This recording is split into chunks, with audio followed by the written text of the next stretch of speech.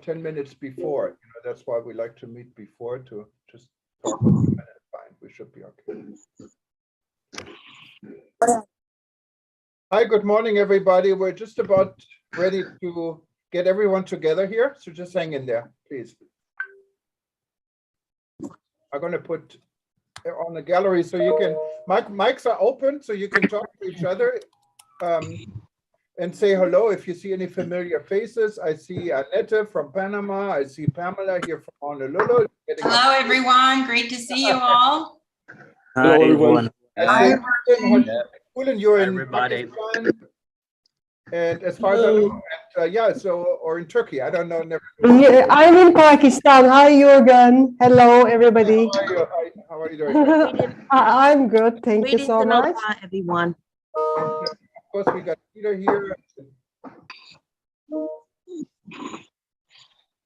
I'm good. Thank you so much. Virgin is, of course, is also with us.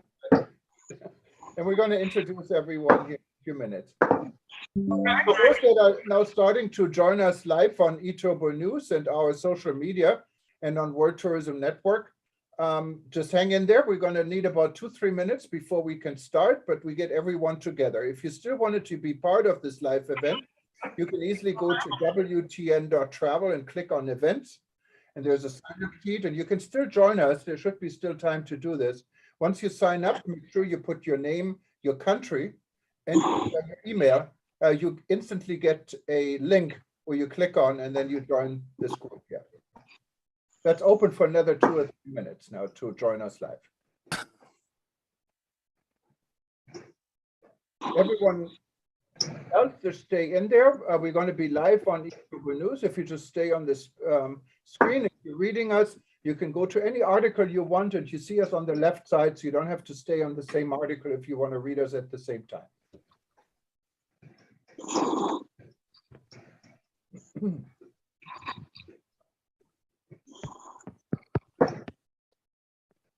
Hello, Bergson. Hi, Carlos. How you doing? Great to see you. Very well. How are you? Very good. So many faces here. Hello from New Orleans. Fun. Hey, Stu.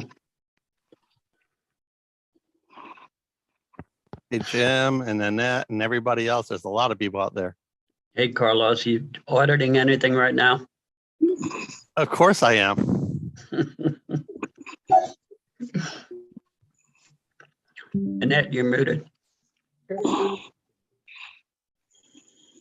You were able to get in. I'm glad you were able to get in. Yeah, it was, I did it minimalistically. It just put in my name and email.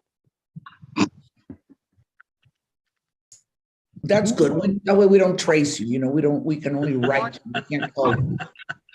Who all from the membership received this invitation here? We put it in social media, and we put it and the communications committee sent it out to quite a few people.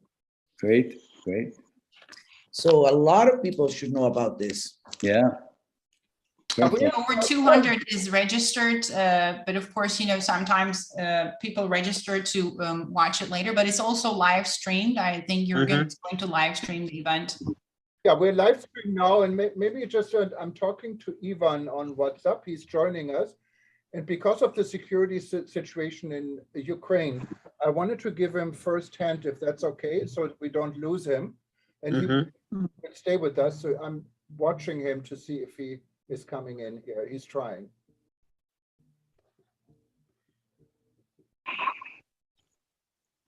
And just give it like 45 more seconds. We get ready to go. Everyone who's watching us live on eTurbo News, on WTN, or our social media, we're about to start our first SCOL webinar. And this is in regards to the situation in Ukraine. It's going to be really interesting. We have some good people here on board, including Ivan Liptuga, who's joining us currently from Odessa in Ukraine. And we have the SCOL International President Burçin Turkan, and I always have a problem with her name. We know each other well, but It's one of these names I have to learn really, really good, and many others. So if you just hang there in there for 1 minute, we are live, and I'm going to introduce everyone and also quiet everyone. Specifically, welcome. I recognize that Ivan is joining us from Ukraine, and because of your situation in Ukraine, we're going to give you actually the floor first once we introduce you, if this is okay, and then we can go on with the program. You then, of course, have a major part as long as. It might be good to mute everyone at one point, Jürgen. Yes, we will So mute everybody in about 10 seconds.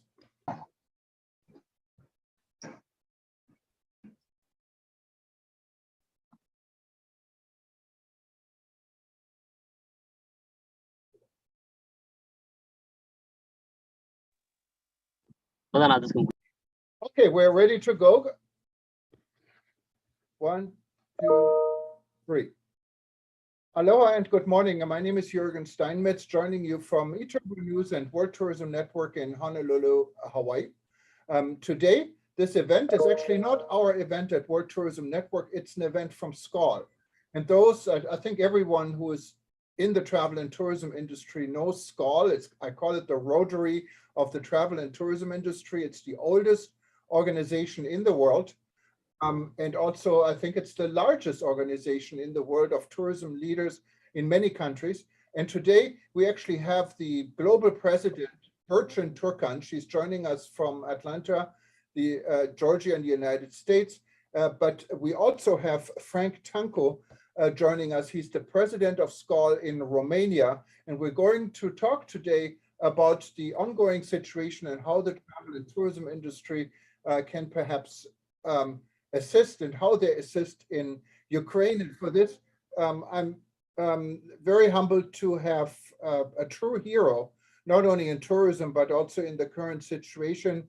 Ivan joining us, Ivan Leptuga joining us from Ukraine. He's the head of the National Tourism Organization of Ukraine, has been a guest here just recently before the Russian attack. And from my end, just a few house rules.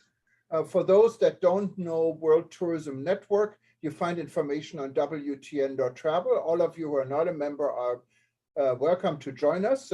We're open to anyone who wants to be part of future events we do, and there's a lot more planned. And we're happy today to work actually with SCAL International on this important event. From my end, this is a very, very hot issue, and we have people from very many parts of the world, I see, including Ukraine and Russia, actually on this event. Obviously, nothing here is personal. We're all friends. We're all a part of the travel and tourism industry. We will not tolerate any personal attacks. Not that I say we should expect this, but if this happens, we will just quietly remove anyone who is engaging in this from this forum, so we can keep this not only professional, because SCAL is all about doing business among friends, and that's who we all are. The other situation, of course, is we all realize we're not only, we just thought we're going through the, we're just about to get through the COVID crisis, and here's another situation what may be actually worse. And I think it's good from my end, and everyone has different opinions, to speak out. Ukraine had a share of problems. I think the world has been too quiet for the last 8 years, what is almost double the time of World War II, with the situation they had going on in the Donbas region with so many people, and I'm not talking on the political part, but so many people got killed over the last 8 years, and it was forgotten. Now this problem is wide in the open, and some people who are really true Ukrainians don't even feel they are Ukrainian, so it's a real mess. And the good thing is I had so many conversations yesterday actually with the Israeli consul in Los Angeles, who's in charge of tourism, and she told me she was born in Moscow, she grew up in Ukraine, her parents are in Ukraine, and many of her people are in Israel. Ukraine and Russia is connected. They're friends.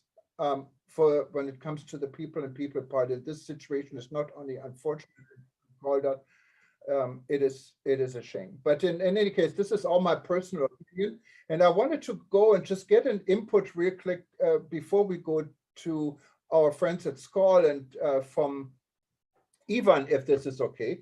And Ivan, as I said, has been on an event with us just recently before the Russian attack on his country. And we really kind of determined it's actually quite safe to go back to Ukraine, not really knowing and understanding what they're in for. And you had a wonderful team you put together at our last event. So how's everyone doing? How are you doing, Ivan? And thanks so much for joining us. Thank you, Jürgen. Thank you, Bertrand, for invitation. Good evening, good afternoon, good morning to all participants of today's event. Yes, I'm currently in Odessa. Odessa is the city on the Black Sea on the south of Ukraine. Here, more or less calm situation if to compare with the northern cities, with Kiev, with Kharkiv, Chernihiv, Sumy, which are bombed for last several days and nights all the time. In Odessa, time after time, we have just shells coming and air alarm sound us to go to basements, but compare with other cities, here is more calm. Generally, the situation in Ukraine is terrible. Probably all of you know it from all news. We already have more than 2 million people left. 2 million people left Ukraine. 1.2 million to Poland, 191,000 to Hungary, 140,000 to Slovakia, 83 and 82,000 to Moldova and to Romania, and about 99,000 to Russia as well. People are leaving, women and children, all men have to be here. In all these days, we can see how united became the whole community all over Ukraine. It's unbelievable, but in these 2 weeks, this war did something which we couldn't reach for the last 30 years of our independence. All the country became like one big family. And it's actually the birth of a nation, I would say, because before this, even when we had all these revolutions and Maidans, we had a split of people into two points of view. But now when this happened, nobody believed until the last moment that it can be. Even when we heard from news and when United States and UK told us that Russia is going to invade us, we didn't believe. We couldn't even imagine that it can happen. But now 2 weeks, we live in this reality here in the middle of Europe, and every day and every night we wait for another rockets and explosions, and thousands of people died already, thousands of militaries and civilians, children, women.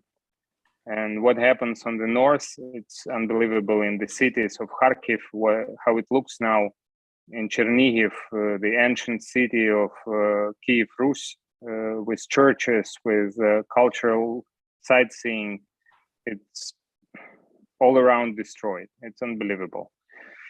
So yeah, we had already several meetings. Of course, tourism industry is not something what can help in this situation because it's a military conflict and it's a real war.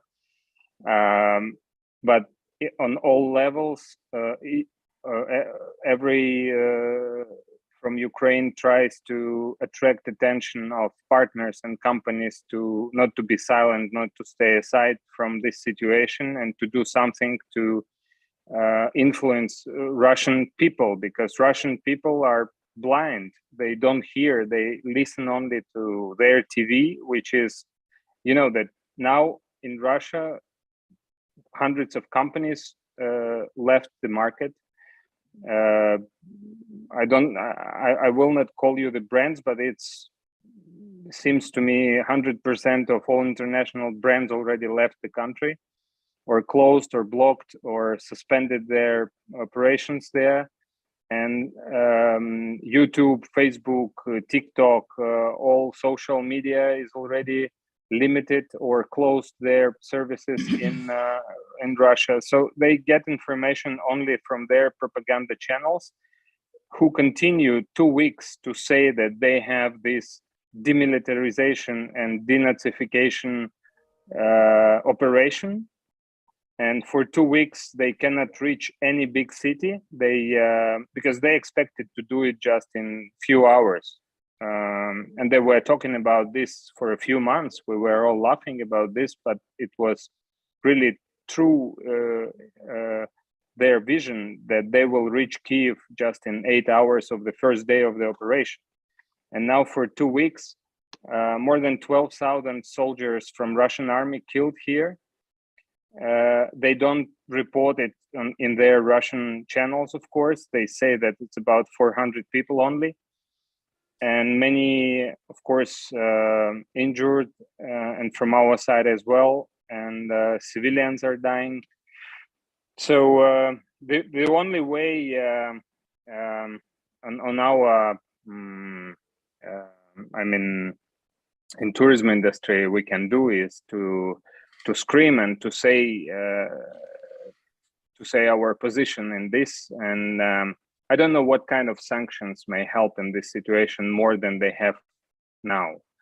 Now we need mostly to close the sky above us, because what we cannot be protected is just rockets who are falling like a rain all over the country. And they beat not only military bases like they promised, they beat on supermarkets, on cinemas, on civilian houses, in private sector, in just big cities, and so on. So I just want to thank you, Skal and WTN, for invitation, for attraction another attention to us, to what we have here. We're open. We have now many volunteers. We have now many foundations who are helping, because we have already a humanitarian problems with food, with medicines, with many other things in the cities, especially those who were partially occupied. So I will just send the links for these channels of help and assistance to our army and to our people all over the country. Thank you. Thank you very much, Ivan, and please stay with us as long as you can, but of course your own safety and security is the most important. Ivan is one of the volunteers, and I wanted to thank you for this, for his wife and him. You are cooking food, right, for the soldiers. You sent me some pictures. It actually looks delicious, so I guess your soldiers are doing well. We have 6,000. We have in Odessa here like a business club from not only tourism companies, but from other businesses. And we are feeding the Territorial Defense Union, about 6,000 people every day now for 2 weeks, because they are based in different like camps waiting for invasion to our region. Well, good luck with this, Ivan, and please stay on. We're going to hear from Florian, but I wanted to give the floor to Skal now, and maybe after this we can hear from Peter before we answer or open up for question. But Skal is really the host of this event, so I don't want to take all of this, and I'm going to give it to the Skal World President, and I'm very honored to have Bertrand on our Zoom here today. Welcome, Bertrand. The floor is yours, and you can introduce your team and so forth. Thank you very much, Jürgen, for hosting us today. ETN eTurbo News is Skal International's 2022 media partner. So we have started to collaborate closely with Jürgen Steinmetz. So, and today for this event, we would like to talk about Skal Romania and their efforts of supporting the Ukrainian refugees crossing the borders. But before I give the floor to Florian, I'd like to say a few words. SCAL International is the oldest international travel association. We've been existing over 8 decades now. And we have been advocating strongly tourism, global tourism through friendship and uniting all travel and tourism industry sectors. And this organization has been through several wars, including the Second World War. I'd like to emphasize that SCAL International is against any armed conflict. So with that, currently SCAL International is striving to show strong solidarity and support for our clubs adjacent to Ukraine who are providing humanitarian support to thousands of Ukrainian refugees crossing the borders in Europe. And today is International Women's Day. And with this occasion that we're having today, I also would like to congratulate all the women out there, their International Women's Day. But on this day, it does break my heart as being a leader in the travel industry and a mom. Seeing all the children suffering, you know, the evacuations the families are going through, the moms, the dads, even single women taking up arms in Ukraine. This is all breaking my heart. I know it breaks your heart too. And as much as this is an issue to restore peace, which SCAL International is on the record to resolve diplomatically, what is happening in Ukraine is also a women's issue to address today on the Women's Day. So as I stated earlier in the press release, I would like to call on all women, especially those in SCAL International, to join with all SCALigs to help affected families get through this crisis. Now, I would like to give the floor to Florin. Florin Tancu is the SCAL International Bucharest president, and they have been in the front line assisting Ukrainian refugees.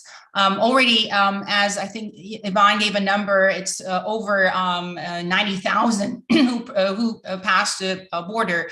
And SCAL International Bucharest has been doing an amazing job there, providing humanitarian aid. And Florin, would you like to give us an update? Yes, thank you, Bertin, for your kind introduction. First of all, I would like to wish a happy International Women's Day because today is it's a very important day for all of you.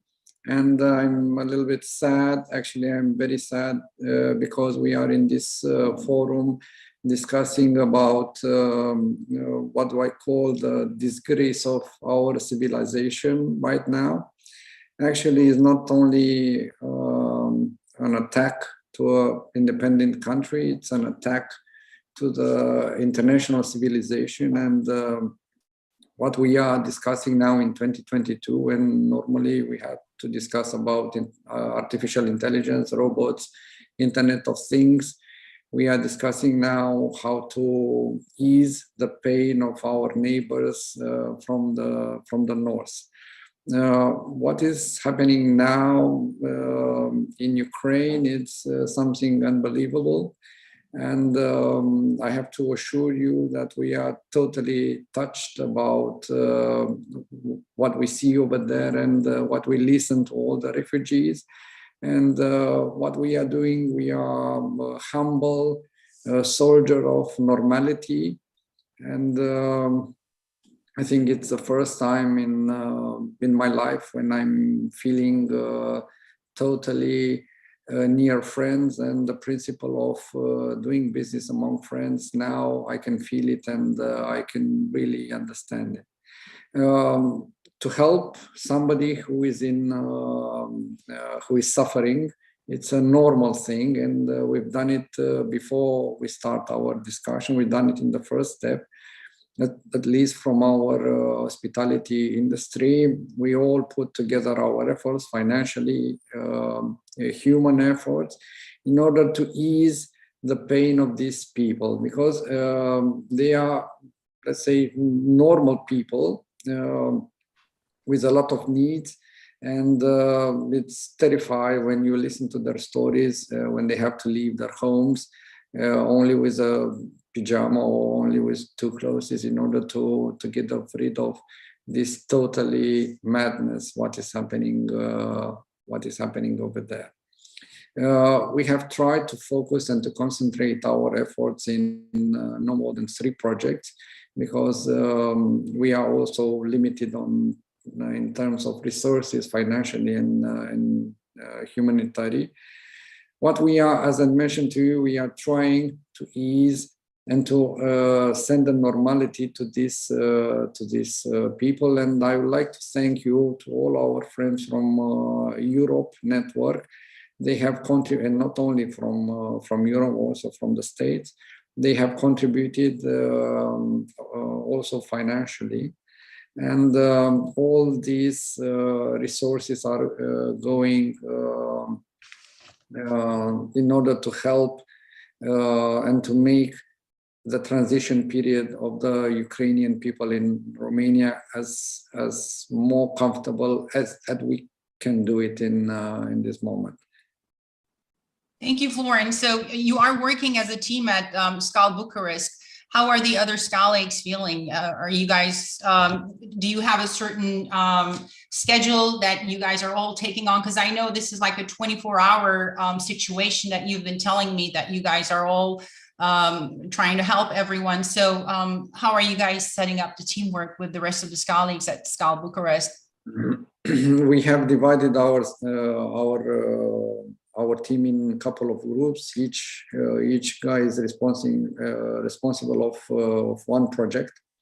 We have a project also with our colleagues from Austria, Salzburg, and this will help the people from here in order to make the transit to Austria. On the other side, yesterday we have started the discussions with the airlines here in Romania, which are operating in Romania, in order to have a special offer for all the people who will use the international network of air travel, in order to offer them very, very affordable price tickets. And we will try to assist them in order to get in possession of this ticket to the destination where they have the families and the relatives. What is happening now in Romania? It's a level of it's still controllable. We had a discussion yesterday with local authorities, and we are together with them in order to assure this transition. But our expectations for the next 7 to 10 days is that a huge number of refugees will come to Romania, especially when they will start the war in the south parts of Ukraine, like Odessa or the other cities, which for us it's something terrifying. So you're expecting a higher number of refugees in the next 7 to 10 days. So but Romania is for them a stop point, like you said, right? They are from Romania, they are traveling to other parts in Europe, or are they staying in Romania? Only 2% of them are remaining inside our country. Actually, at this moment, we have approximately 2,000 refugees who ask for protection and for citizenship. But as I can see, we are a transit zone to the other countries inside Europe. Okay, so is there anything else that you would like to tell to SCALigs and everyone else watching today? Any special message? I know you do have a set up account, and you guys have a reporting system of every expenses that goes through for the refugees that will be reported. And maybe I do see our PR director, Annette Cardenas, here. Maybe she can post a communication link here to everyone once again, for those who might have missed, that includes the information on the accounts for SCAL Bucharest. But is there any additional message that you would like to give to SCALigs or to the world today here? Yes, I think I will take some words out of Ivan presentation. This is really happening. It's a totally disaster, what is happening. And actually we are in the, let's say, in the first line of interaction, but you all, which you are a little bit far from this zone, but please believe me, it's terrifying what is happening here. Yes. You just need to think about how it will be if your kid will be 5 seconds a part of you, and you will never know where is your father and where is your husband, or where is your grandfather. I don't have words in order to express this disgrace of humanity, what is happening right now. Yes, thank you, Florin. And back to you, Jürgen. Do you have any other guests that you would like to introduce today? I know you had mentioned that probably we would have. Yes, from our end, what I suggest is maybe give Ivan a chance to respond to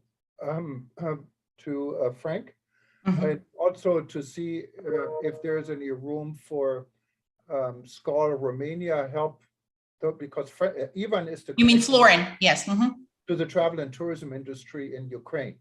So maybe that's something, and I don't know, I'm just putting this now out of the blue. There is some kind of cooperation. Both of them could have a further conversation on how we can actually help the travel and tourism industry, and specifically the Romania Club, for already being involved.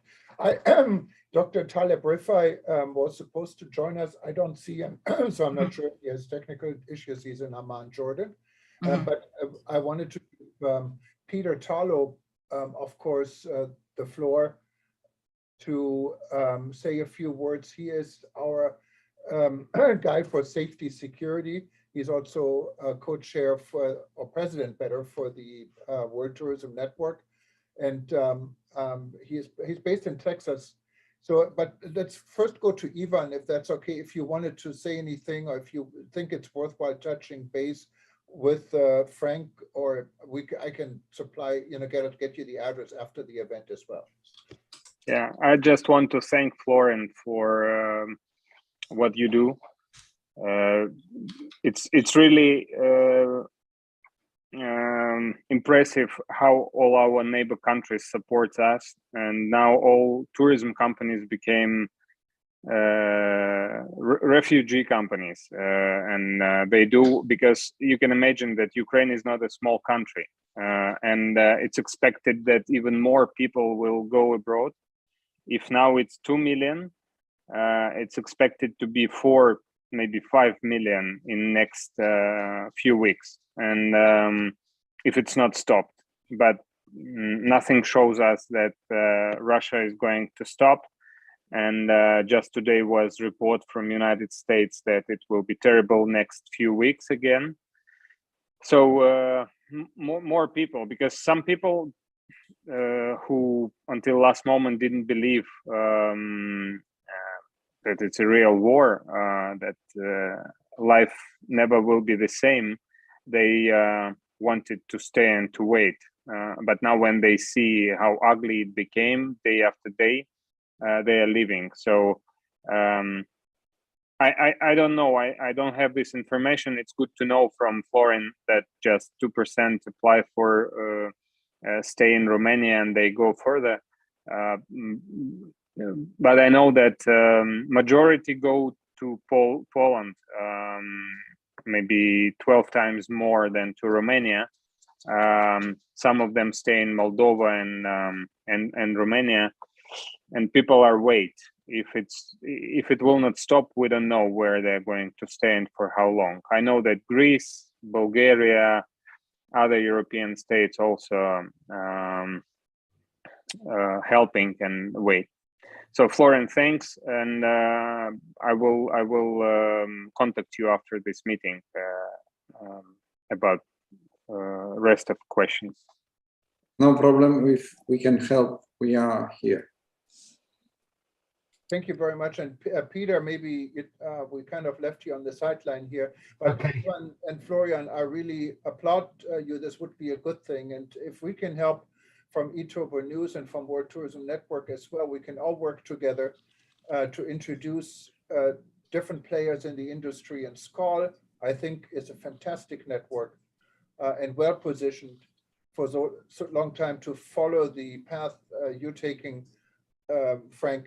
Perhaps Bertrand would know this better in other regions that, like in Poland, where there are possible SCOL clubs to all work together, and maybe it's an idea for SCOL to do something immediately and get involved. Also, Ivan, I wanted to share to our readers at eTurbo News the address, how they can help financially, because I was hesitating to put any we get so many requests for donations and we don't know who these people are. So we want the money to go where it's supposed to go. So if you can help me with this, we'd be happy to promote this. I just didn't want to promote donations to any unknown organizations. And of course, if SCOL has something like this, we would give you first priority of this as well. But Peter. Yeah, I think as we are now in SCOL meeting and they are doing in Romania, probably let's do it in their channel. Perfect. Yes. Thank you. Yes, Jürgen, just to answer your question, we don't have a SCOL club in Poland, but we do have Schollies who are connected with Poland from United States. I've been receiving some messages. They are asking how they can organize there, but we do have our Budapest club, who is also looking into getting organized to assist in Hungary. But yes, I'd like to have our PR director, Annette, to post a communication that went out to the members with the information to support SCOL Bucharest Club with their efforts. But back to you, Jürgen, for Peter. No, thank you very much. And this would be really a good outcome, initial outcome out of this call, because I think we need to now do a lot more than talking about it. We need to act, and Frank is the example, and of course Ivan is the example of two movers and shakers in the business. And with the help of Bertrand and Peter, like Peter, and our many other members and people who are connected to SCOL, World Tourism Network, and eTurbo News, I think we can start something what has an impact coming from your friends from the travel and tourism industry. Peter, the floor is yours. Thank you. First of all, Ivan, know that you're in our prayers. When I realized that you were in Odessa, that especially touched my heart. Odessa in the 19th century was the capital of Hebrew literature and one of the pearls of the whole Baltic region. And so many of the great writers, especially in the Hebrew language, were in Odessa in the 19th century. So not only are my prayers with you, Peter, sorry to interrupt you. I'll tell you more. My mother is director of the Literature Museum in Odessa. Okay, well, one of my goals in life had been to get to Odessa to visit it. And when this war is over, I hope to come and visit you. I'm also sorry that I wasn't here when you spoke on our World Tourism Network. I was working in Latin America at the time. But my prayers were with you all the time. And I want to thank the people, first of all, from SCOL, and secondly, from in Bucharest, because what you're doing is truly a wonderful thing. I don't think we should be surprised, on the other hand, that something like this happens. Remember, it's only been 77 decades since Europe was torn apart by Hitler. And one of the things that I think tourism is so important is trying to look at the human heart and trying to understand why in so many parts in the world we take out our anger by destroying other human beings. And Europe has unfortunately had many, many wars. There are wars today going on in many parts of the world. And I'm hoping that the Ukraine maybe is going to touch the hearts of humanity, and through its wonderful president, who has truly become a world symbol for resistance and for honor and for integrity, that maybe this will make the world begin to think a little bit about the fact that we do need to have safety and security. And that without safety and security, there is no tourism. So this is something that's especially important. Obviously, I work in the field of safety and security throughout the world. One of the things when I get the notice from Skoll of where you would like money to go, I work with well over 5,000 tourism security people around the world.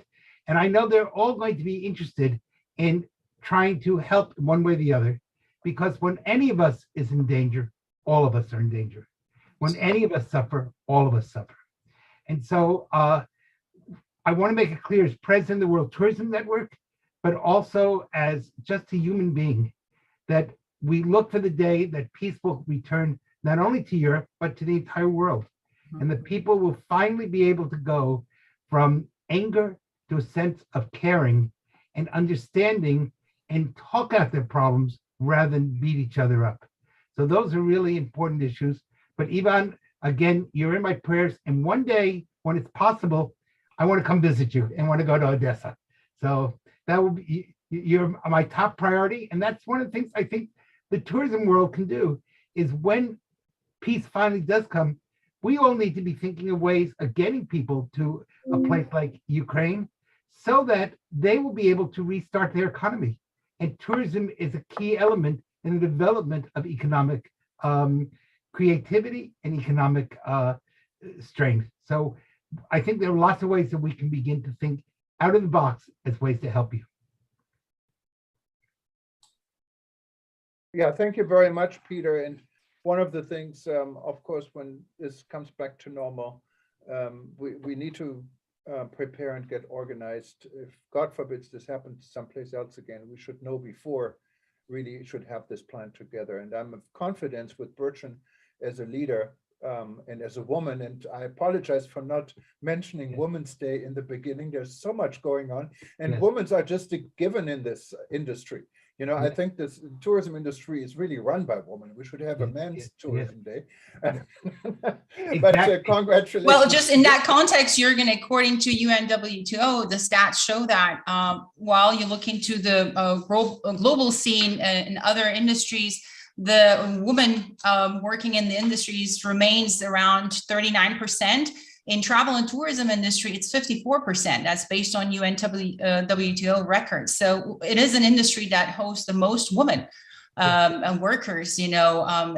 So from that perspective, you know, it's very important for us. And I do agree with Peter and his statement. And as we also stated a couple of days ago, peace is the required status for global tourism to thrive in any destination. I mean, people will not travel to any place where they don't feel safe. So for that reason, yes, we are all against any potential life-threatening action. So we do hope that this will find a diplomatic solution as soon as possible. And we are also on the record that we will be supporting whatever decision UNWTO will come up at the end of their meetings with this situation. So would you like to take some questions now from those who are in attendance today? Just before people ask questions, I felt necessary to point out, tourism was the first industry to break the glass ceiling. Right. And I think that's really important. On Women's Day, my wife teaches the history of the American woman. So I live in a world, if you're not pro-woman in my family, you die.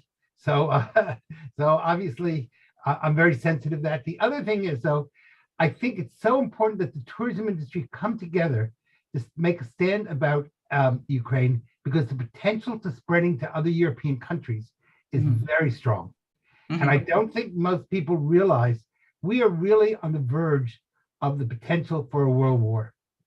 And I don't want anyone in the Ukraine to die, but I certainly also want to, I don't want the entire European continent to blow up or to have a world war. And so the potential for a nuclear war, the potential for a world war is very high, probably higher since the highest since 1960 and the Cuban Missile Crisis. And we need to think really clearly with our heads. We need to work to bring this conflict to an end as quickly as possible, because if we do not bring it to an end quickly, the potential to spread throughout the world is very high. And that would be truly incredibly destructive. And then what Ivan is suffering, and we don't want him to suffer, could literally touch not tens of thousands of people, but tens of millions of people throughout the world. So let's help Ivan and Ukraine limit this conflict, bring it to an end, and not have the rest of the world blow up, because then there won't be 5 million refugees. There'll be 500 million refugees. Agreed. And I think, and that's what I said in the beginning, and I know Skull may be in a different type of position. We need to speak out. It's time to speak out. It's time to call it by the name and to be fully behind Ukraine and the situation, because we're going to be behind a better world if we are. But that's, again, not Skull's official version. This is my official version. But I wanted to open this up to, as Bertrand said, it's okay to open up now to questions. All you need to do is click on reaction. There is reaction, and you can just raise your hand. And then I see this here, and we can give you the floor. Actually, what I will do is I will make Bertrand the co-host also. I should have done this in the beginning, so you can also see who's raising hands here.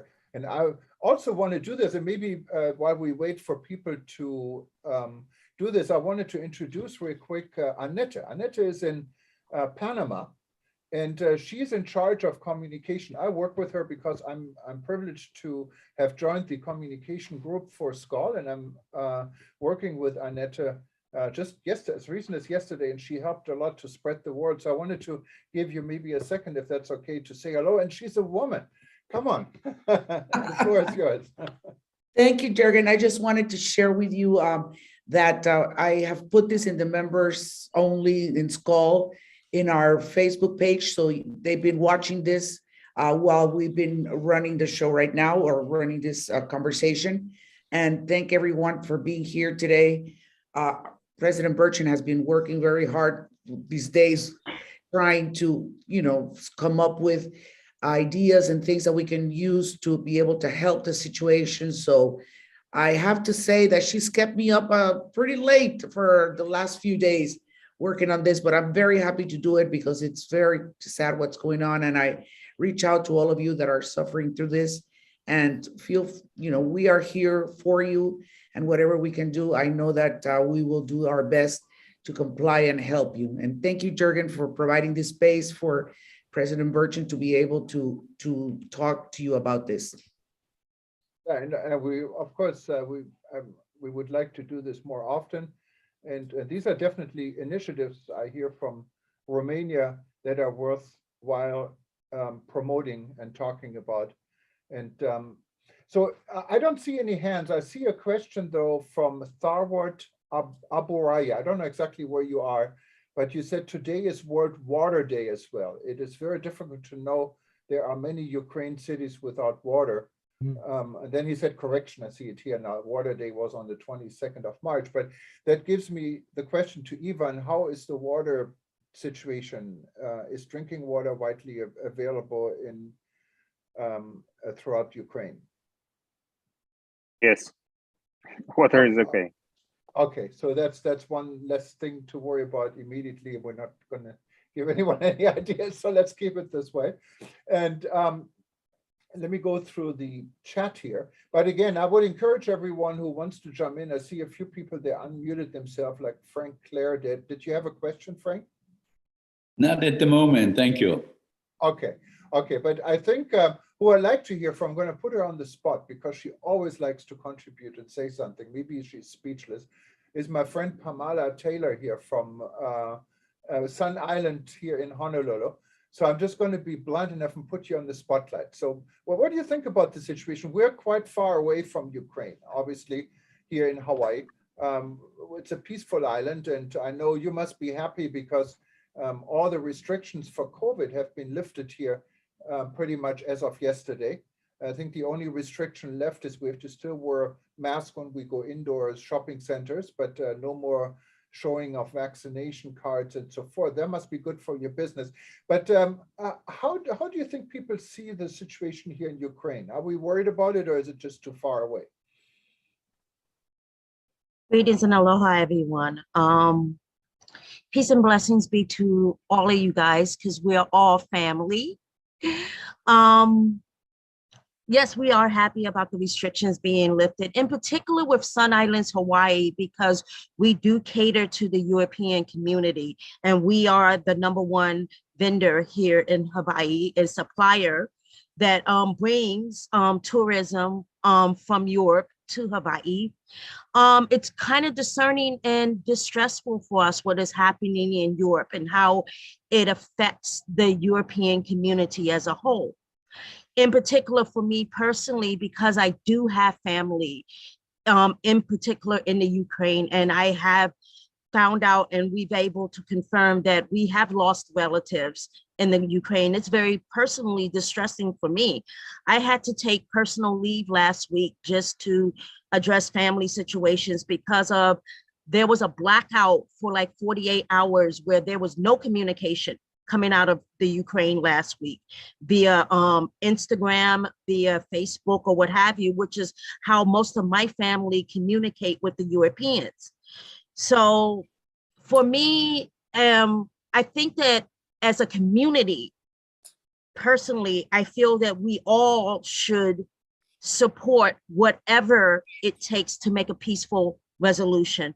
And we should stand not necessarily neutral, but on what is right, what is fair to all. We have the opportunity right now to do one of two things. We can make a positive statement and say that this is not about who's right or who's wrong, but that we as a human race need to respect and appreciate each other and respect and appreciate our right to exist and exist among each other. This is a humanity issue, more so as it is a military conflict. Who has the right to determine how people exist or coexist? That is the statement that needs to be made. Well, at least that's my little 2 cents in it. Aloha, all. Pamela, and aloha, Pamela. And I wanted to say I was impressed that our city is actually, if you go and see Aloha Tower, our #1 landmark here, it's now at night, you see the Ukrainian colors, and I sent a copy to Ivan as well. So I think we are behind the situation. I've seen protest people out on the street protesting for Ukraine. This is a global move, and I know Germany, and that's why I'm going to put Burkhard on the spot, because he always has something to say. Burkhard is a good friend, and he's probably the #1 to-go person. If anyone needs any addresses or any connections in the travel and tourism industry, he's the guy. He was the, or is the publisher of the World Tourism Guide, I believe it's called. It's a whole life I know him. He's been maneuvering connections, and he has introduced people to other people. He really has a good perspective of what is going on in the world. And I'm sorry to put you on the spot, Burkhard, but tell us, how do you see it? How does Germany see the situation right now? I know you had massive protests. I know in my home city, Düsseldorf, where I'm actually a member of SCOL Düsseldorf, we had some of the largest protests ever. So people are very much aware of the situation in Germany, plus oil supply is a big issue. How's everything there?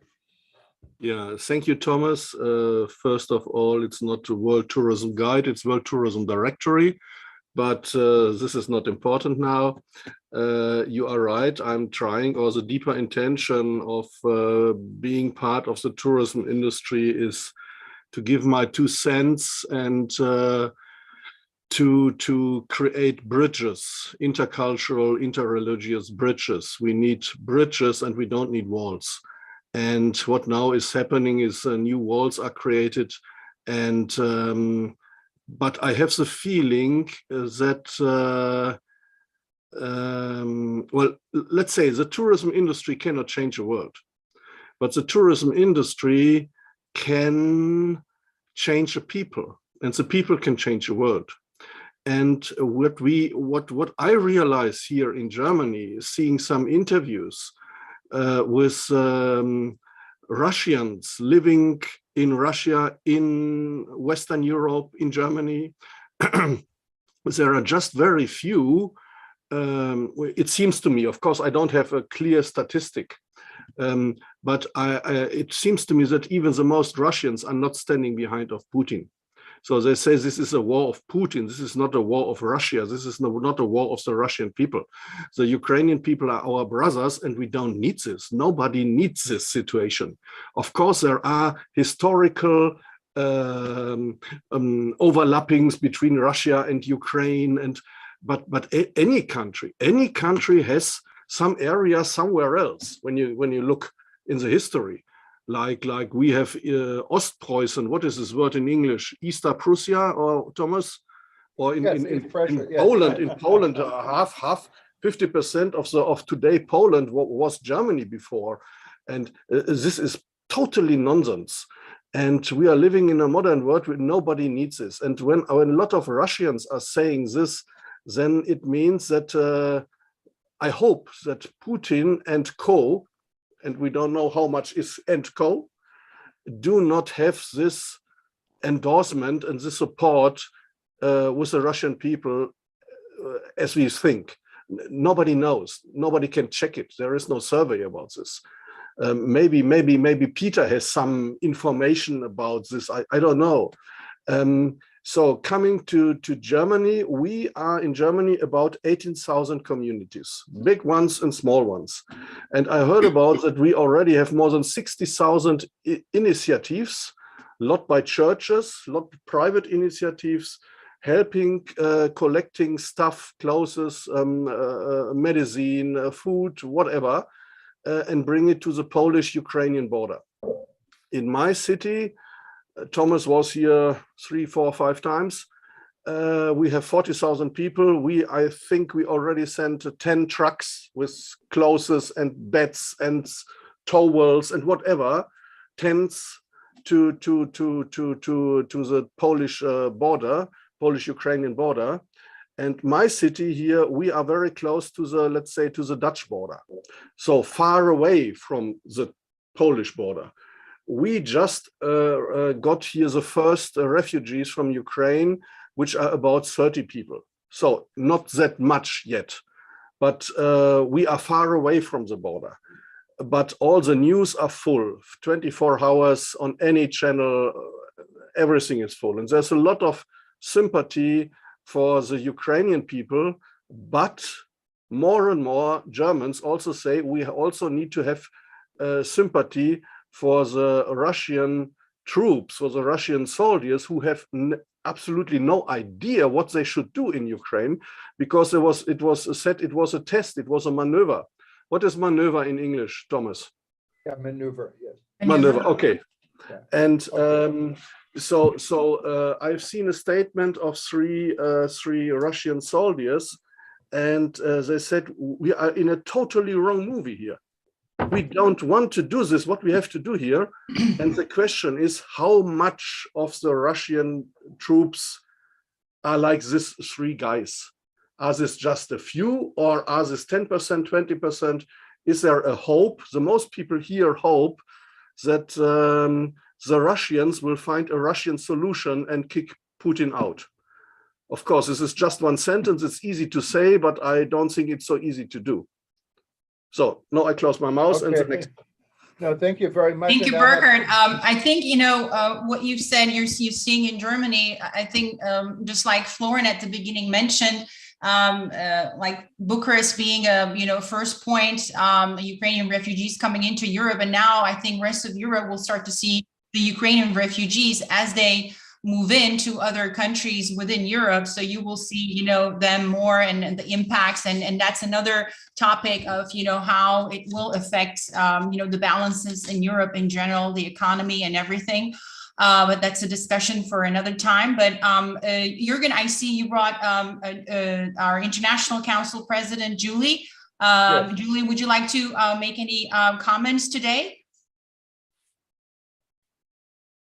You have to unmute yourself, Julie, please. Hi, good evening. Thank you very much. First of all, happy Women's Day to all the women in the world and the men who support us. I'm here in Nairobi, Kenya, and what's happening in Ukraine breaks our hearts. When COVID, the pandemic actually stopped, the first great groups we had were from Ukraine, and this is to the Kenya coast. They came here in great numbers, and we started building a great relationship with tour operators in Ukraine. So we are delighted with what's happening in Ukraine. I was very fortunate to have visited Ukraine, have a few friends there. Unfortunately, have not been able to get in touch with anybody else.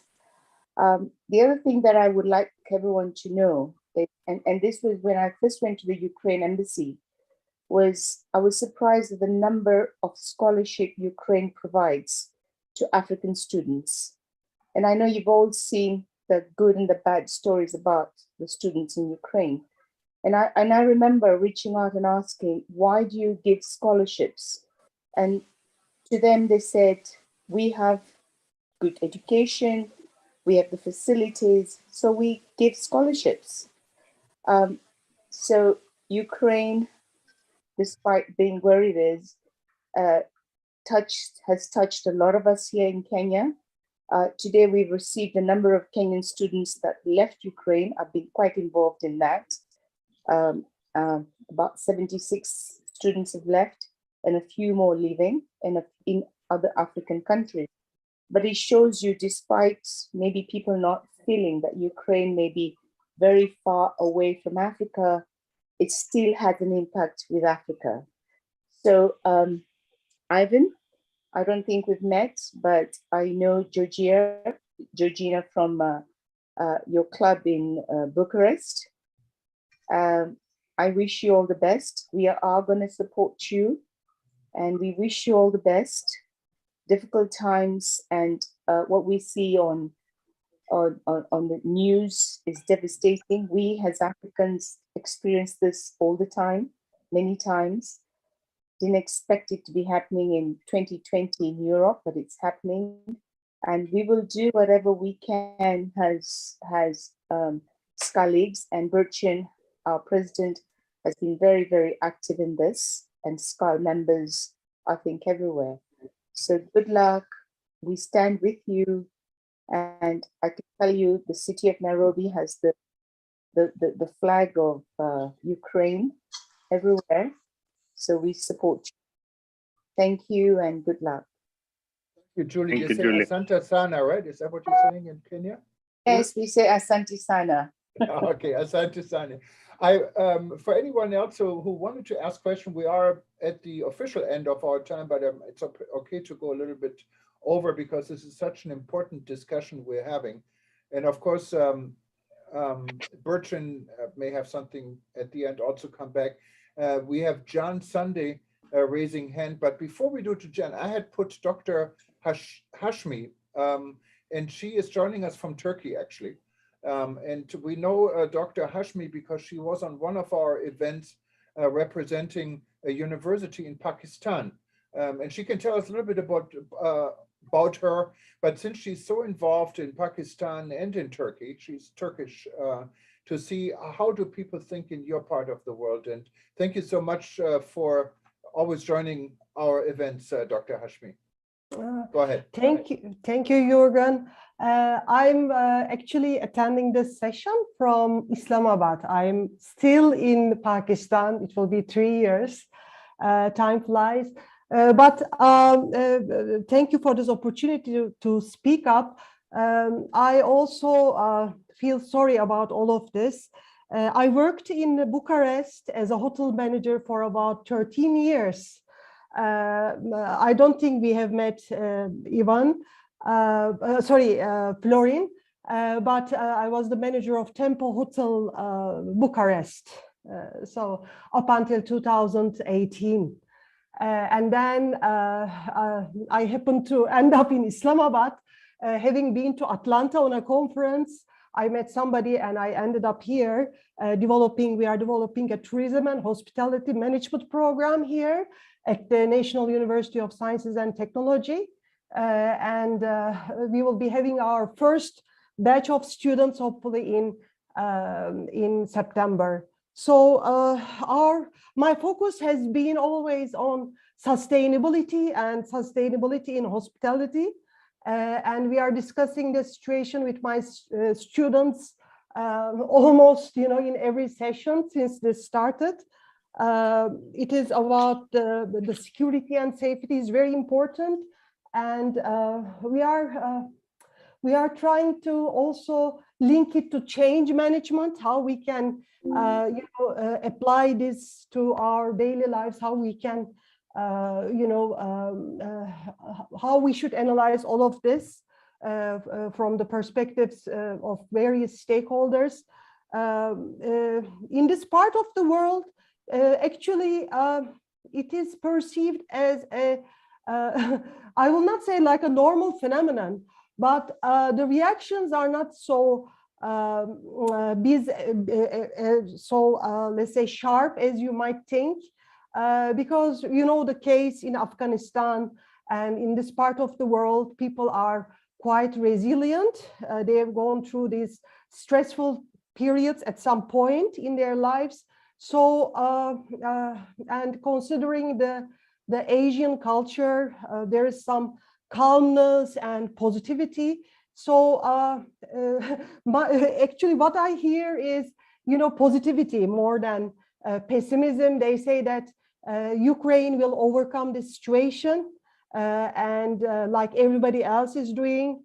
But I'm doing my best to make my students be aware of the situation, and we try to link it to each topic that we discuss over the past 2 weeks.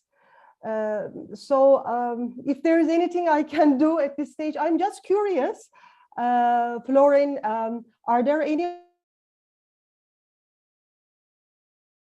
opening their rooms to the refugees?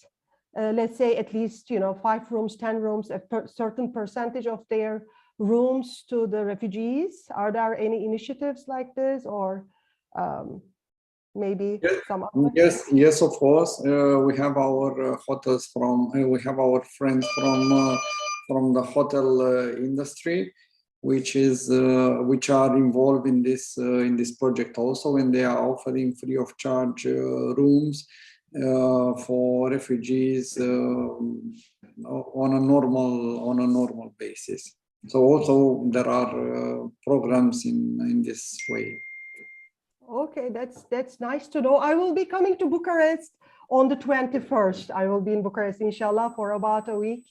With pleasure. Dr. Gulen, and just a quick note for you is we do have a Karachi club in Pakistan. So and within the organization, we have started an advocacy and global partnership committee, which the subcommittee has a sustainability project that they're working on.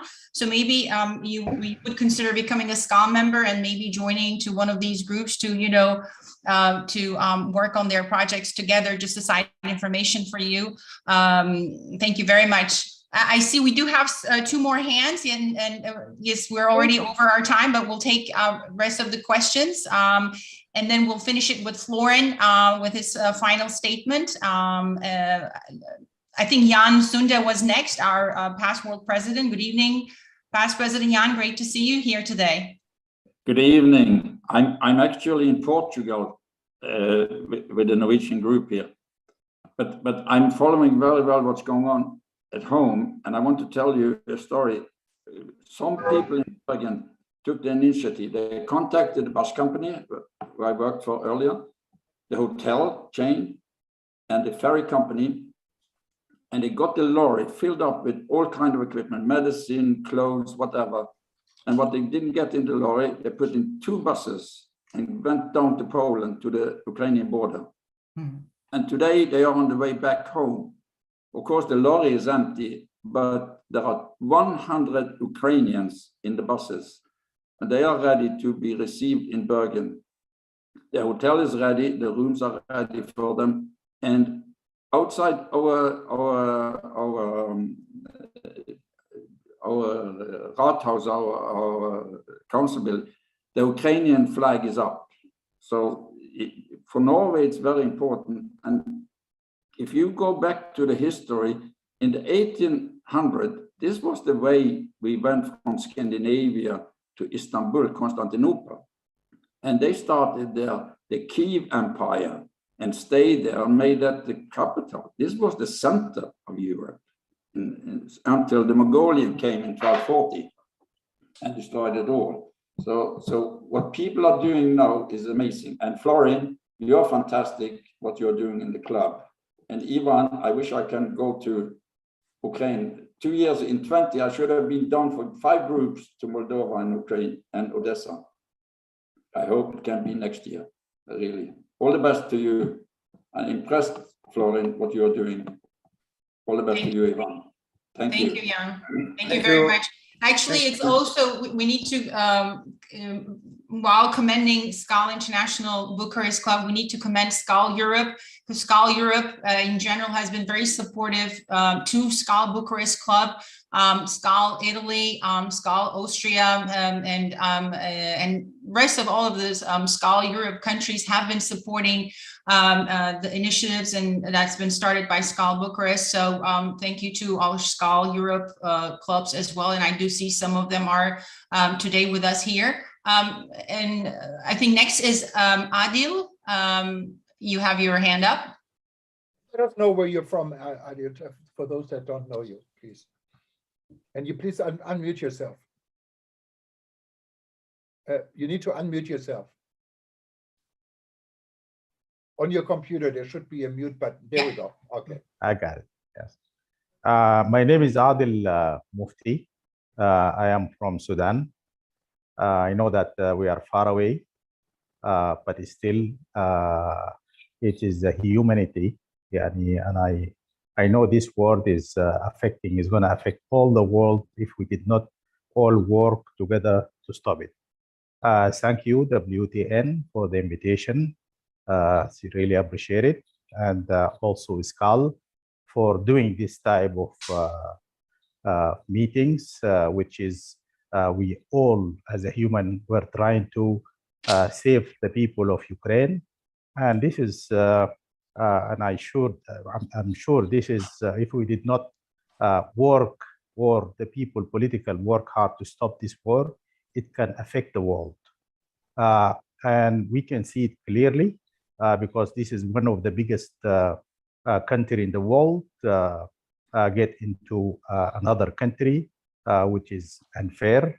And we would like all to work together to stop this type of war, because it is going to affect all the world, and even Europe, and even it can be to the second world too. I'm here sending my sympathy and for the people of Ukraine, and we with you, and we'll see that how we are going to support, even with prayer, and we get our hand this war to be stopped as soon as possible. And I thank you very much, and I don't want to talk more, but I just want to say that the people of Sudan, they are with you and behind you, and with the tourism and with WTN and SCAL. Maybe they have to speak out to do something, even politically, or to send any message to the world that we are with Ukrainian people, and even the Russian people. We don't want the humanity to go to this type, because this is a very bad history. As somebody else before said, that we cannot change the world, but we can change the people to change the world. We pray for you, and we'll sure that people, they can do something to stop this type of war. Thank you, Adil. If it's okay, Bertrand, I wanted to just introduce, and then we give it back to you. I don't see any more hands, but Alexandra she is the director of tourism for Montenegro, what is close by the situation. She's also a good friend, and she actually has been a member, not only a member, she's a board member of the World Tourism Network and president of the Serbia region for World Tourism Network. So I want to, thanks for joining. I know you're extremely busy with your government. You have some internal issues you're dealing with. And thank you so much, Alexander, for taking the time. So I don't want to ignore you before we give it back to Bertrand. I don't know if you have a Skull Club in Montenegro, do you? No, we don't have a club in Montenegro, no. But Alexandra can start it, so while she's here. Yeah, and she's another really amazing woman, but you have to find a microphone. We cannot hear you. We cannot hear you, even though you look like you're unmuted, but your microphone doesn't seem to be working. Maybe you have a different microphone. You might want to take off your earbuds. Sometimes it's disconnected. Yeah. Yeah. Is it better now? Yeah, we can hear now you. we can hear you, yes. Okay, maybe not that good because I also have some voices in the back. Sorry. First of all, my apologies for joining you a bit late. I mean late, but I just wanted to show up.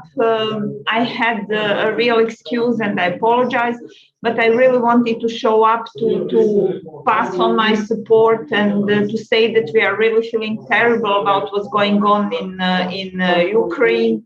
And our prayers and our thoughts and hearts are with you. And also Montenegro is trying, we are trying as much as we can to support Ukraine. Every day we have like 50 to 100 refugees coming from Ukraine to Montenegro.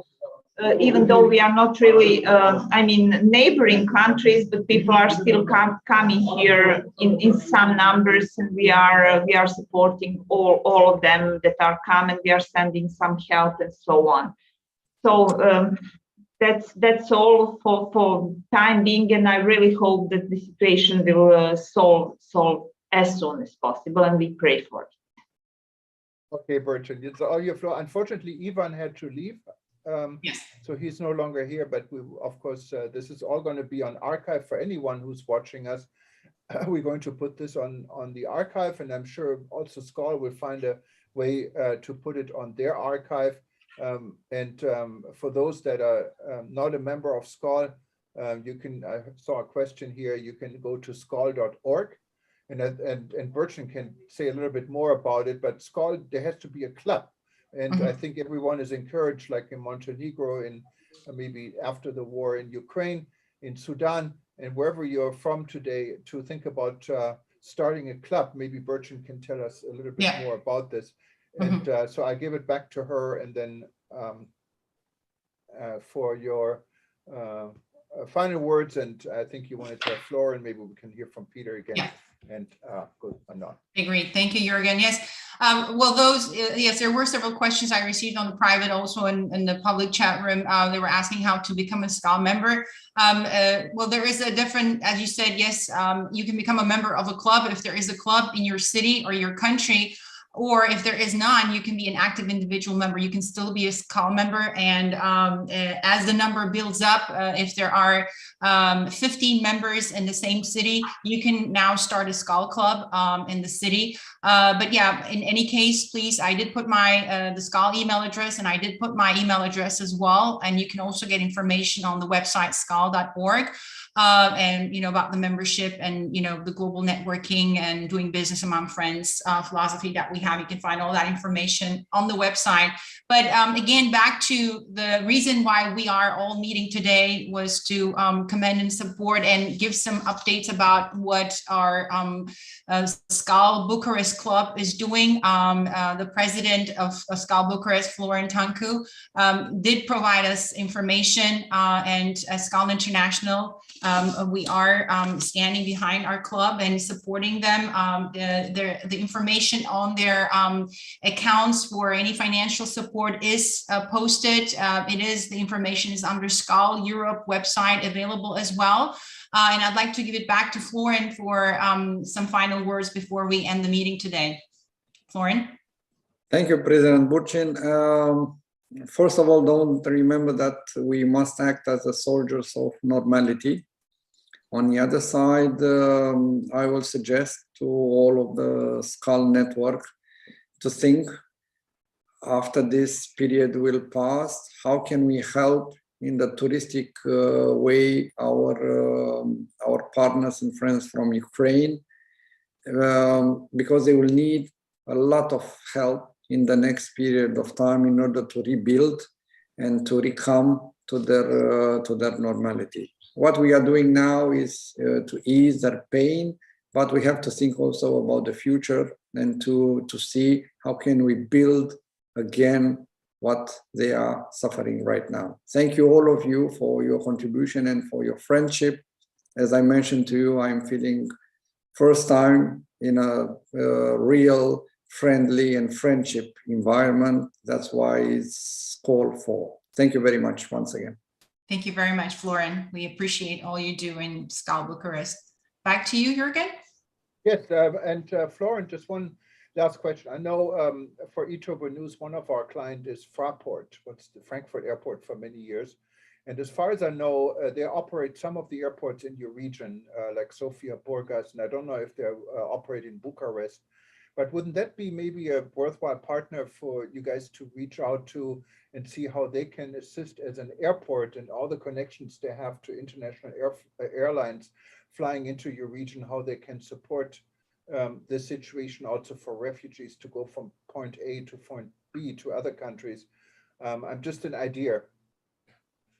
Fraport is not operating any airport in Romania, but any help or any assistance from their side will be highly appreciated. So I will try to connect you to the person I know in Frankfurt and see if this could make a difference. There was a comment here from Tharwat Aburaya. I assume he or she is from Egypt, saying that all hotels in Egypt are taking care of stranded Ukrainian passengers or tourists that came there before the situation and cannot go home. So I think this is a really, really good initiative, maybe for SCOL to share with all clubs, and we can do the same at World Tourism Network to assist those from Ukraine that are stranded and didn't know about the war, because this pretty much all happened overnight, and there got to be a lot of them because Ukrainians are big travelers. We see them everywhere in the world, including here in Hawaii.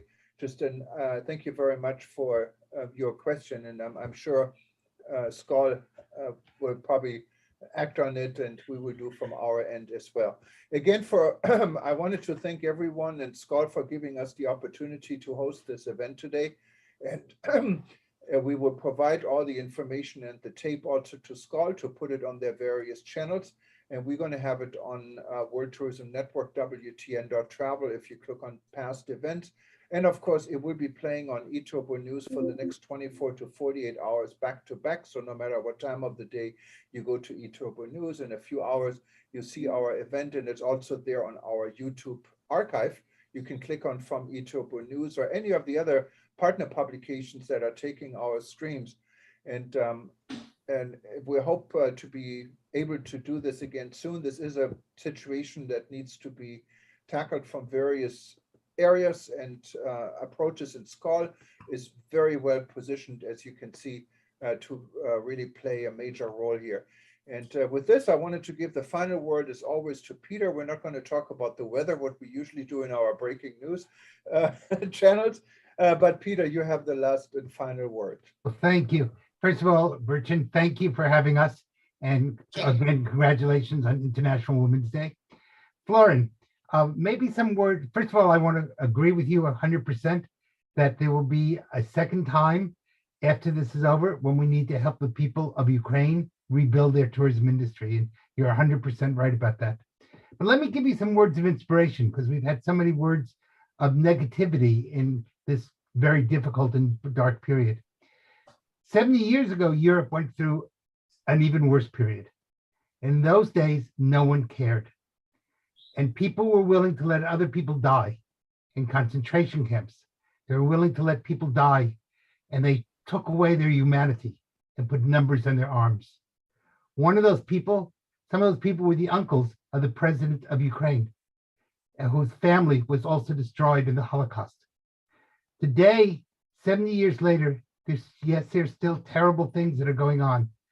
But the fact that we're all together, the fact that people are now crying out when 70 years ago Europe was silent, is a step forward in the process of humanity. The fact that we have people working from all over the world to try to save human life rather than destroy human life means that yes, there's still evil in the world, but there's also goodness. And if we're able to build on that goodness, then we're able to maybe this will be the last time. After the Holocaust, we said never again. Unfortunately, that wasn't true. But let's work together through tourism to create a sense of peace and caring, where we respect every human being as someone made in the image of God. If we do that, we can go beyond racism, sexism, nationalism, and find a way to appreciate each of us as a human being. And that's truly what tourism is all about. Thank you. Thank you. Thank you very much, Peter. Thank you very much, Jürgen. Thank you very much, Florian. Thank you very much, colleagues, everyone from around the globe who joined us today. Jürgen. Aloha from here. Bye-bye. Bye. Aloha. Bye.